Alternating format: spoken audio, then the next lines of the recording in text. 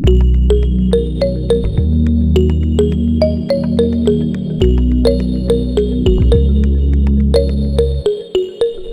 guys, Naturally Marked here. Welcome or welcome back to my channel. Before we get into this video, I see you, see me, so I want to see you. Press subscribe and become part of the fam. Bam. So you guys, we're going to hop right into this video today. Today's video is going to be... Hey guys, I wanted to show you how I blow dry my hair when it's not 100% dry. I actually had to wash my hair yesterday, and because I'm not home, I needed my hair to be fully dry sooner, so I didn't have like 3 days to walk around for my twist or my braids to dry. So this is how I blow dry my hair when it's damp. I am using the Tresemme heat protecting spray. I haven't used this spray or this heat protectant in years. I've ran out of my SHEA moisture spray. But you guys, I just have my hair in 6 sections. My braids are not fully dry. I'm going to have a video linked down in the description box showing you guys how I prepped my hair for blow drying. But I am going to start off with holding my braid and blasting my hair with hot heat. But you guys can see how far away the hair dryer is away from my hair. So when you see me kind of scrunching up the braid, I'm trying to feel to see how wet it is. I do not like to blow dry my hair on super wet hair, and I don't like to take down my braid when it's still really wet inside because my braid will get very tangled. So I'm trying to dry the braid out as much as I can and keep it stretched as long as I can. And once I feel that the braid has dried enough on the inside, then I will be able to take my braid down. I still don't try to manipulate or maneuver the 3 sections that form the braid, only because my hair will get really poofy, and I don't want my hair to get poofy. I'm just trying to keep that stretch in my hair. So after I take the braid down, I'm going to go in on a cooler heat setting. I think the heat setting is 1. And I'm going to finish blow drying the rest of my hair, making sure that I'm getting my roots, keeping my hair pulled taut at the bottom of my hairs, like making sure that it doesn't bounce back up on itself, making sure that my hair stays stretched. That is the most important, making sure that my hair stays stretched, because my hair gets very tangled if my hair is damp and I'm not holding my hair taut. If you guys can see, I have a focus nozzle on my hair. I don't have the comb. This is going to help me prevent breakage. I do not use the blow dryer with the comb a lot of times, and especially if I have a section this big. So after I get my hair fully dry, then I will go in with my comb, blow dry my hair a little bit more to get the tangles out of it, just to make it a lot more straighter. And then I will go in and do the chasing method with my brush. So you guys, this is going to be a repeated step, but I'm going to show you guys this step over and over on all of my hair, and then I'm going to come back to you guys at the end with a length check.